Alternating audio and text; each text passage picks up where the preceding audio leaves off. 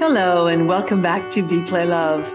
This week, we talked about magic and we explored what gets in the way of it. And we chatted about how to release what makes us feel unsafe from our childhood. But we also acknowledged that we can want a thing, a relationship, an experience, and be scared of it at the same time, and how to manage that duality. I'm excited to hear this one. It's so important to be open, bring generosity as many moments as possible, because my experience is the more generosity we put out, the more we get back. And the more we clear the debris from the past, the more that there is room to create the new story. There are important tools in this one. So let's get to it.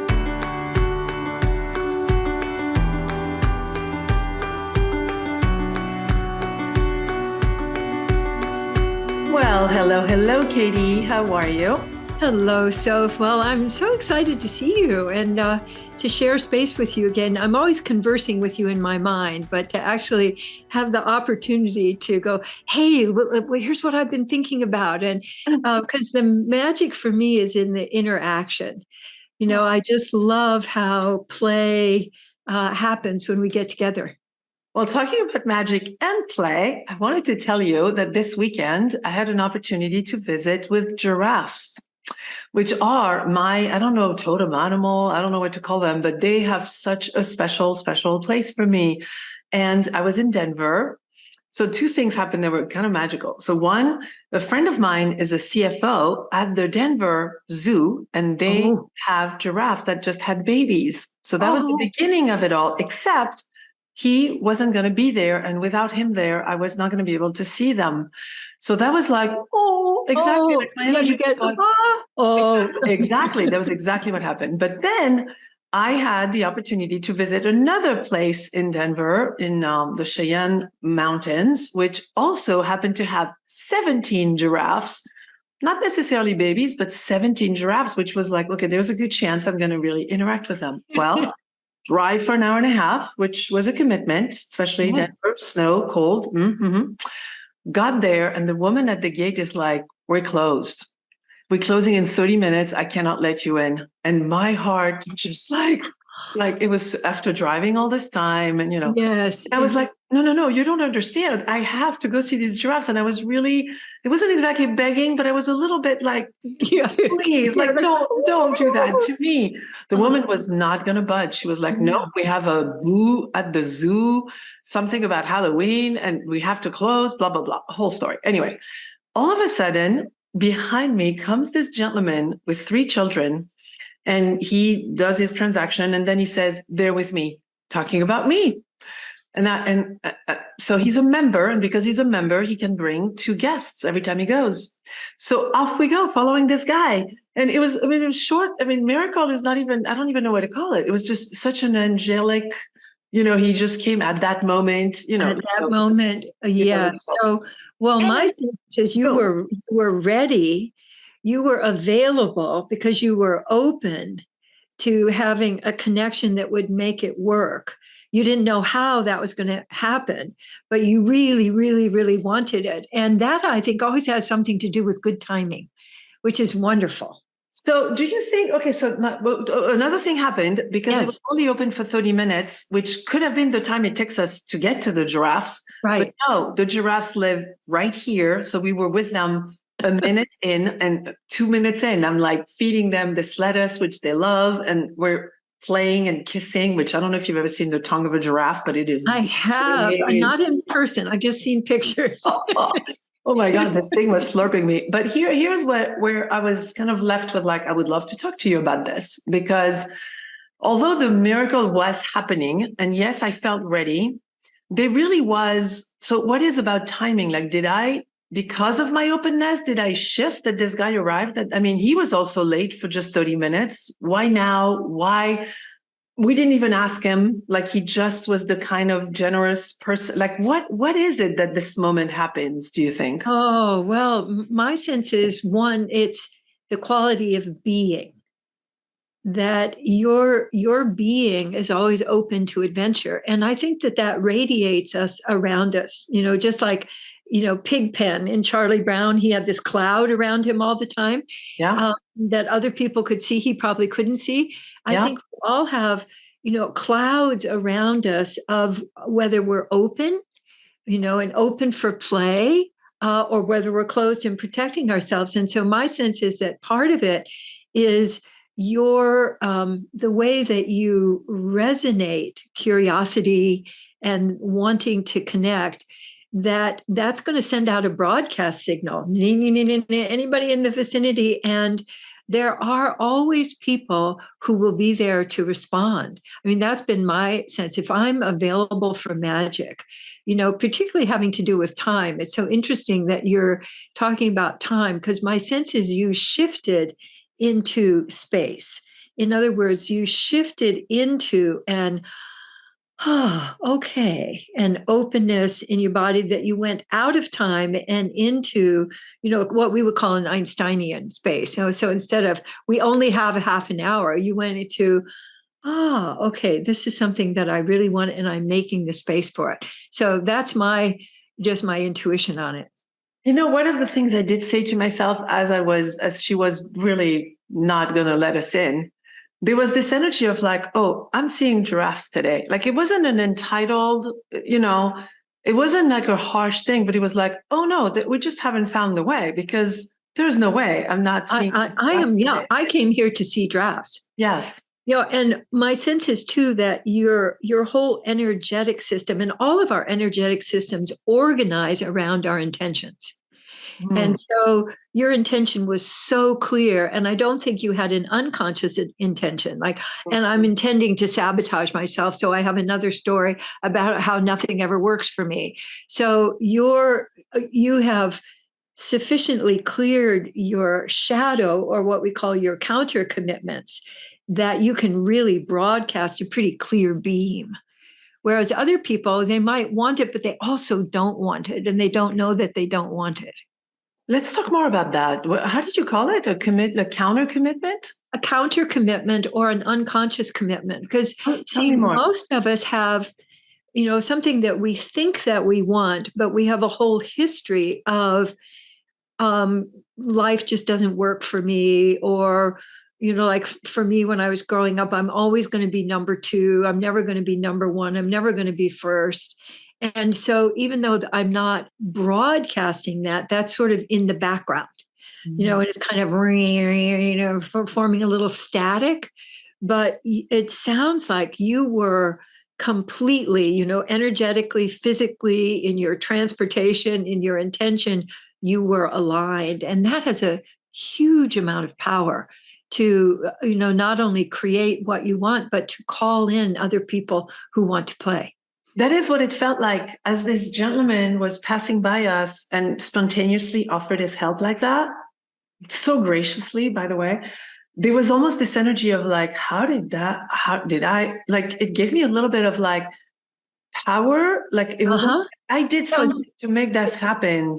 It was like goosebumpy. Did you get a little goosebumpy? It was very that's exactly what it was. It was goosebumpy, but it was also, I don't want to take responsibility on my own, because clearly somehow he was with his children. And I thought to myself, how beautiful that he gets to model for his children this creative little magic thing that he made someone's day, someone's life. I mean, if I had to walk away and not with my giraffes, it would have been really sad, really a little nick in your, your sense of life works. a little bit. Yeah. And so I immediately thought of like, even for the lady at the gate who was clearly not she wasn't playing. She wasn't going to play or love. Right. Well, and a lot of people who maintain the rules, they have that as part of their personality, a certain amount of rigidity, a certain amount of, we're going to do things this way. Yeah. I'm holding the form. And in some ways that's so important, because if we have just free for all, people could roam around and, and go and bother the animals and, take in food that didn't work for them. And all kinds of things are there for our health and our well-being. But what is missing is a kind of fluidity. And what I was also hearing is a little bit of stinginess rather than generosity. And so you're an incredibly generous person. in all ways. You share your time, your feeling, your resources, and not just you got to fit a certain criteria. That's how you operate. And Mhm. I think generosity keeps this flow of magic open inside, that you're available. I love that. And I do. It's true. I derive pleasure. I'm pretty sure this guy was happy to be Uh, like there was like a not a pride. He was just like, of course, I'm gonna make my resource available to you. It was just really beautiful. I'm curious with this counter commitment you're talking about, how does one because I could see where so like in the past, I don't think I do that as much. You're right. I think in the past I would have done, but how do I deserve this? I don't want to bother. I would have done something. How does one track it and also mm. change it? Like how do we because it's unconscious, right? Well, it's unconscious, but I think we can. It's in what I've sometimes called the zone of the unknown. So there are things that we know. That's actually a very small slice of the pie. Oh, There are things that we know that we don't know. That's for some people a little bit bigger, but there's this giant. Like most of the pie is that I don't know that I don't know. mhm. And so a lot of what I think transformational work is about is moving that zone into, oh, now I know that I don't know that.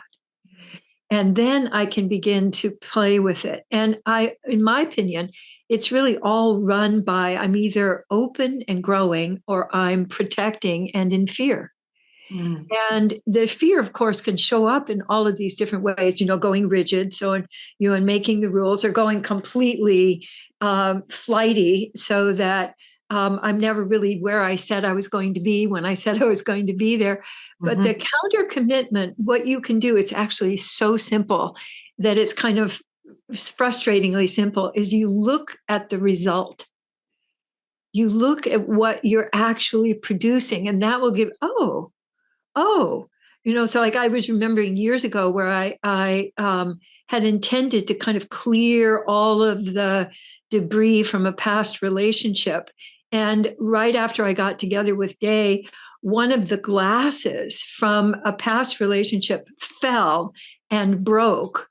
And Mhm. I thought I had cleaned up all of the pieces of it, but then Gay stepped on one and got a cut in his foot. It wasn't bad, but it was a signal for me like, I have not really let go of all of the different aspects of my last relationship. And then after a necklace that this guy had given me actually fell off, it separated, fell off, and broke all over the floor. I got, okay, I got it. Okay. Message clear. Okay, I'm going to go through everything now, and anything that has to do with that, poof, out it goes. And it can also be really simple, like, you're intending to be more kind Mhm. to a close friend or to your partner. And then the next thing that happens is you get into a huge hassle, Mhm. over who didn't, get the rest of the groceries that they were supposed to get. And, it's always about something that people look back and they go, what was that fight about? Yeah. Yeah. But what it does is give you a sense that you both want to and you don't. We tend to think that if I don't just say, I'm totally committed to this and I have no question about it, that we won't be able to do it or it's not going to be successful.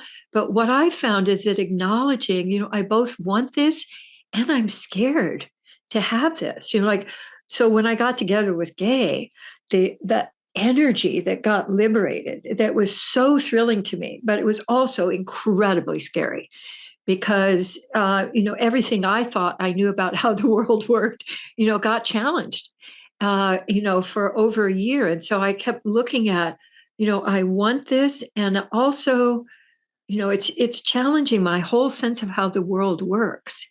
And so a very simple thing to do is just to look at what's actually happening, which sometimes people don't. They say, I didn't mean to, which No, is a signal I'm not thank ready you. to I'm not ready to look at what's really happening. So are we saying, because I remember when I was part of one of the big chunks of the weight I lost, I dropped or whatever we say, because losing, you want to go after. Relieved. Yeah. I remember remembering, that's a funny sentence. I remember remembering my mother. So my mother used to be a model.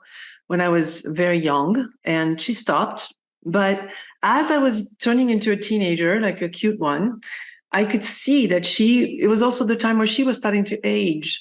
And I remember making the decision that her unhappiness about that was not worth, like, I remember almost making a decision that being larger and not as pretty or whatever the thing would be safer for her. Like, I wanted to protect her against, I'm aging, my young daughter is looking beautiful, or some sort of that. And I feel like I made like almost like as I would be losing weight later on in life, that thing would be, which was not even relevant anymore. But that decision was almost, is that what maybe one of those, like a count? Oh, that's such a beautiful example, because what I'm also thinking about is, and this parallels my relationship with my mother. What you didn't mention there was her competition with you. Yeah. Which was there. Which was there. And which you were aware of probably from a much younger age. Yeah. You were aware of her competition with other women, women's competition with each other, and that it's based on how you look, not who you are, what you can offer, your, generosity of spirit. It's really about, oh, she's letting herself go. That was the, phrase of my parents' generation would use. Well, she looked good, but then she let herself go. And they never said that about men, of course. It was always men. Well, he's getting, he's filling out now that he's older, or he's looking a little more prosperous, but not like, whoa, he's got, but we do that. The culture does that to women. Yeah. And so my sense is that that's such a great example of something that you really wanted, because you wanted to play with. Here I am now becoming a woman, and how do I want to express myself in the world? But then the ceiling, what we might call the upper limit, was, oh, that's going to threaten my mother. And that's one of the like the competition and outdoing is one of the classic fears. We're afraid of being disloyal, of having our love stolen by somebody else, but also outdoing. And so I'm imagining that one or more of those came up for you, but at a level that you couldn't really even deal with it, because it wasn't possible for you to talk to your mother about it, or anybody. No, and I do think it's funny that you took the stand of her perception, which was she was threatening and she was jealous, of the attention I was getting, and she contributed. But I'm going to, try to keep it to what was going on my end. And it was a survival. I could see that when she was upset, and in this case, as you just said, jealous, and it was not safe for me. Like I would be put in danger. And so might as well, not keep this, whatever it was, this growing, like a shiny penny or something. Like I decided to like cover it up with mud a bit. Definitely. Yeah. And in my work with women who have issues with their weight and their image, that they put the weight on as a protection. A lot. And then their essence can be inside there. And usually, it's still there. It doesn't go anywhere, but it gets covered up. Well, to go back to the magic piece, which I think I really saw it as relevant here, because there was no magic in the journey for me until I released those unconscious. It was almost like incompatible with what my goal was. And it's like accelerator, brake, accelerator. That's exactly what it was. I would gain 20, I would lose 30, I would gain 40. It's like, it was just like, I cannot live in that other space until I release this belief that I'm going to be put in danger, that my mother, which was not even relevant. That's the part that's bizarre, is that it's no longer relevant, really, because at that point she had aged and I had moved out. Like, it wasn't even relevant, but somehow. It is relevant. It's like, it doesn't, those are what psychologists call imprints. Yeah. So they're learning that's accompanied by some kind of really strong emotional charge. Yeah. And the ones that happen really early in life, which I'm sure you also experienced, contribute to something that we think, well, why can't I just let go of that? And then we blame ourselves for not being able to let go of it. Whereas it is actually embedded in your whole body response to, I'm not safe here. And the very first thing that makes for having a successful human life is the experience of safety. I'm going to be taken care of. People are meeting my needs. People see me. And when you get that interfered with, it puts that accelerator brake system going that we can change. But it really does take clock time to time over, choosing over a period of time to slough off the old conception of yourself that someone else placed on you, but also to create your own safety. And so instead of creating your safety by diminishing yourself and being no threat, to really take up your own presence and your own beauty and still be safe. Now that's magic. So that's really powerful. How do I do that when because we've had a similar mothers, you and I. Yes. And I'm pretty sure we're not the only. There's like 4 or 5 mothers, and we all share them. Somehow, I'm pretty sure we're not the only two. So that's what I'm saying. If we were raised in an environment that, whichever version of what we just said, we felt unsafe, we felt unseen, we felt, people were jealous of us, like any of those things, being aware of it is already a great start, right? Like starting to track, I keep saying I'm not safe here. Well, now I am safe, so how do we, what are ways that one can rewrite that story or change the story altogether or read it? Well, the first thing that occurs to me is finding out how I respond, what my fear signature is when I feel threatened like that. And it's going to be some version of protecting. And so it sounds like you went more faint.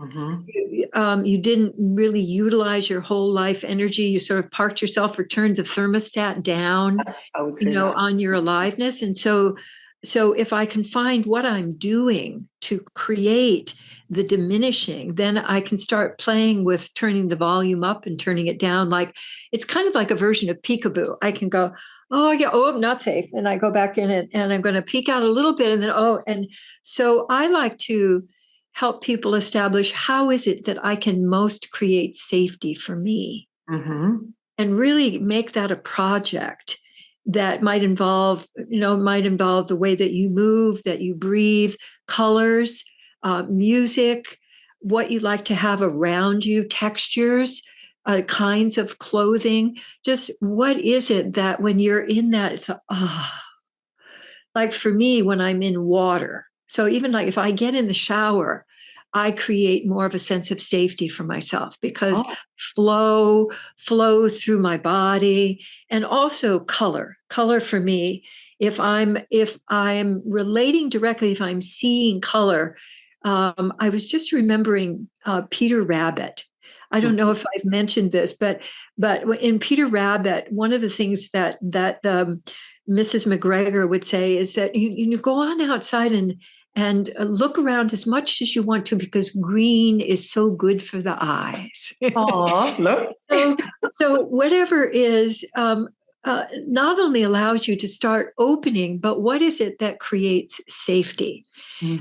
And so for me, it was having at least one other person that I could talk to that wasn't my mother. And so when I had my first friend, Linda, whom I could just share everything with, was when I first began to go, I have my own style. I can express myself differently than the uniforms that my mother put me in, her version of uniforms. And then I began to build my own environment, because we now know that your environment is so much importance on how you see yourself, and has so much influence, like your peers and the way people give you feedback. So if you let yourself have at least 1 or 2 friends, that's really a very important way to begin to shift into, I have value all by myself in my own uniqueness. It's interesting because I feel like my friends, which I thought were my friends at the time, matched my inner struggle. Like they would create more jealousy and they would put me down, and they somehow, even what looked like, a better option was still matching this deeper thing. Yes, because that comes from the imprint, because, that's the blueprint that you got is, I can have some aliveness, but then it's going to get interfered with because, and so we will tend to repeat those patterns until we interrupt them at a body level. Like just it's simple, like when that happened, I bet you held your breath. Yeah. I bet your body got smaller. And so just making those what seems like a simple choice is really like you being at the entrance of the with the giraffe enclosure, and your choice to I could tell at that moment you were open, and you were committed to, there was no counter commitment there. You were committed to I'm going. And you had everything lined up. It's like iron filings, when you have a magnet, an iron filings, and you run it like underneath a piece of metal, and the iron filings will all line up with the magnet. But if you've got a counter commitment, it's like you've got two ends you got the same, the polar ends, and you just push against each other. And so that's why people say, why can't I just change my mind? Why can't I just let go of this? Why can't I release this belief? Is because it's embodied.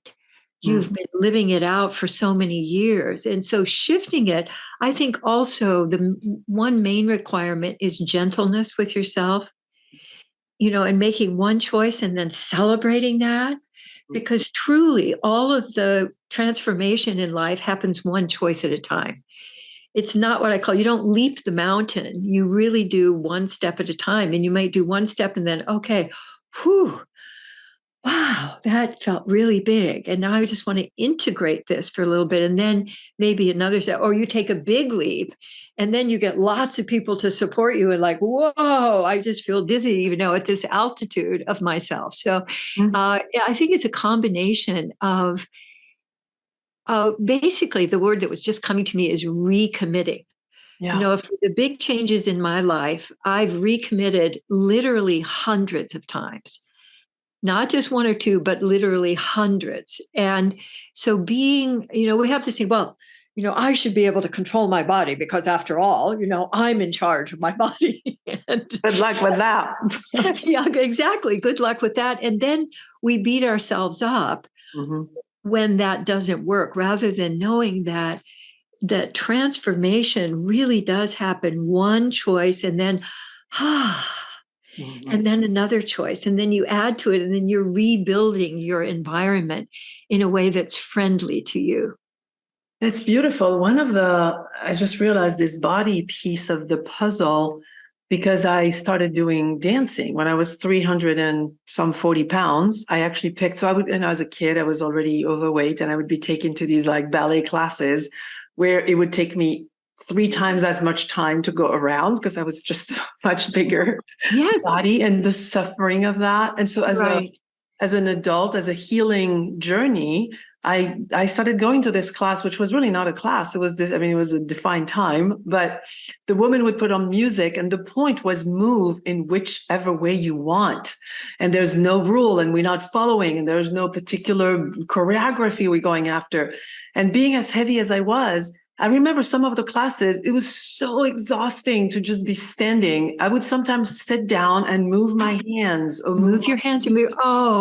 Oh, I'm just celebrating you're doing that. I just feel kind of teary hearing you making that choice for yourself, because that's the magic, is that you chose, I'm going to dance. And also this is my favorite kind of dance, and which is free form, and it's moving from the inside out. And it actually was what made me move from being a dance student to dance movement therapy, which is really about moving from the inside, moving the way you feel.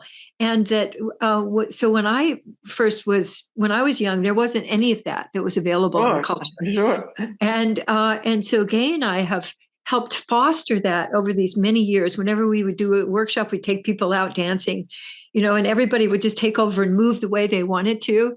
And so we would be generating these little, dance bombs everywhere that we went. That was just so much fun. And so my sense is too, your courage to step out of the old pattern and to make a choice that you then recommitted to, that's where the magic comes from. It's almost like your being at this animal park was like a confirmation, was like dessert for you, like a graduation certificate of now when you intend something, you can create magic. It happens.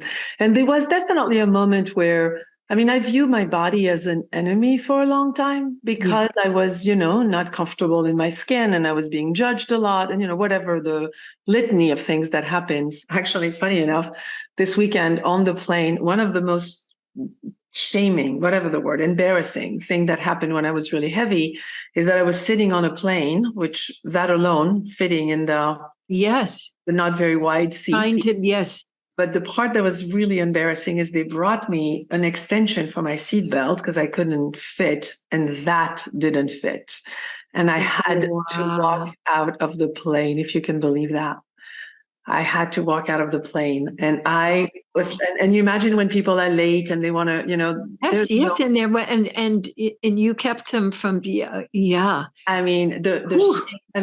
about a walk of shame. I just had to take this hallway with people looking at me like, really, you're making us late? Like, forget compassion in their eyes, nothing. I didn't see any, maybe there was, but this weekend I was on a plane to go to Denver and the seatbelt was so long. Like it was so long. Like the piece after I closed it was like so long. And I just had this moment of, I teared up. I was just so, wow. Like from the extender that doesn't fit even. Yeah, to have all of this extra space on your seatbelt. Well, that's off. I can see a seatbelt hanging on your wall behind you.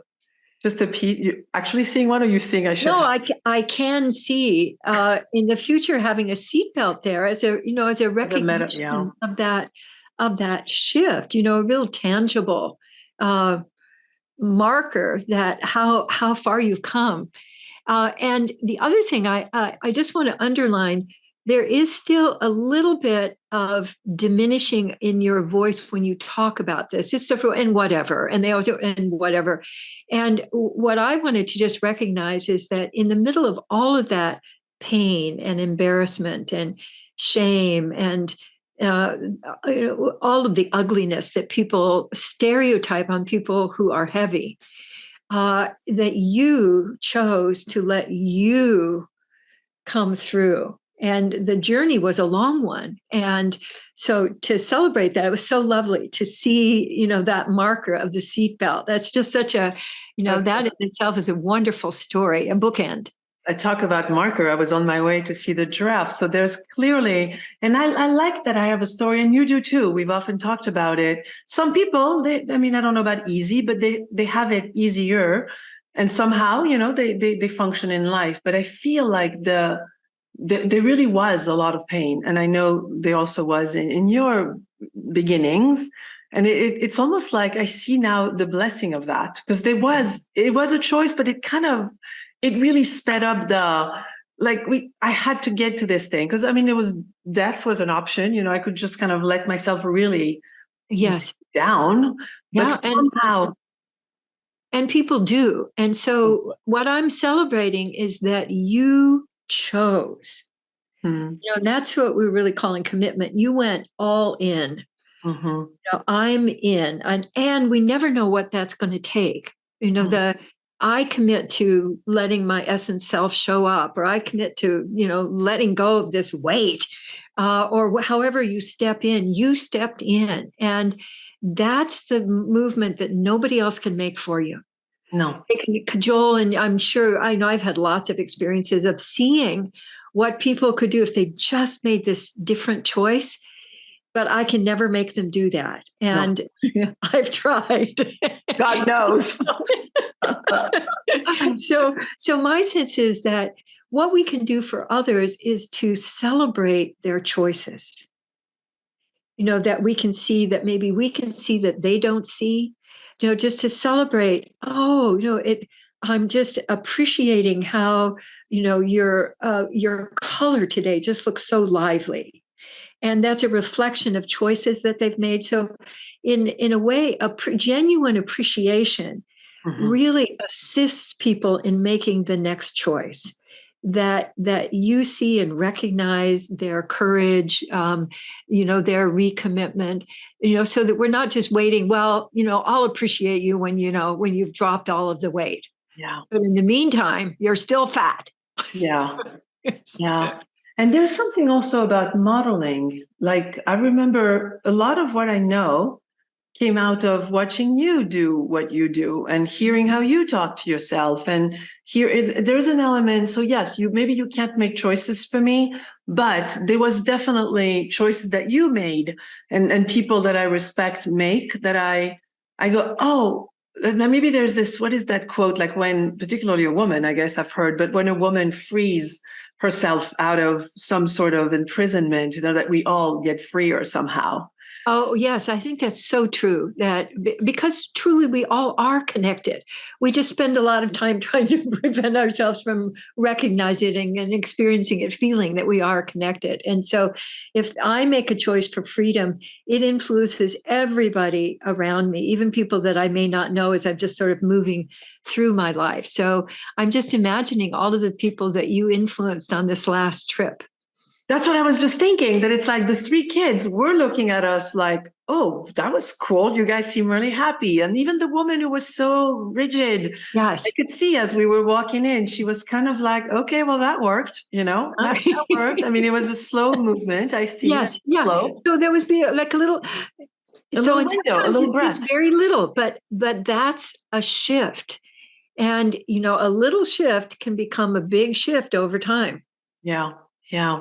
So if we come back to wrap up this particular conversation, it sounds like we create magic, but it also sounds like magic is there. Like somehow it's this dichotomy a little bit where is that it? Yeah. I think, well, if you just look outside your door anytime, you can't, if you're actually looking, magic is there. Magic is always there. And the magic, I think, is opening your eyes, opening your senses to just how amazing it is that we're here. Look at right now. We're talking, we're looking at each other. I say, I want to move my fingers move. The entire time my heart is beating, my organs. I mean, talk about a magic, like miracle. Like that's insane how much happens without us controlling anything of that. Yeah, how little we actually really can't control. So, but when we let go into the magic of life, all kinds of wonderful things can occur. Oh, I want to finish with that. Thank you so much for this conversation. Oh, thank you. Go see giraffes if you have a chance, because they are quite magical beings too. Have fun. Thank you. Thank you.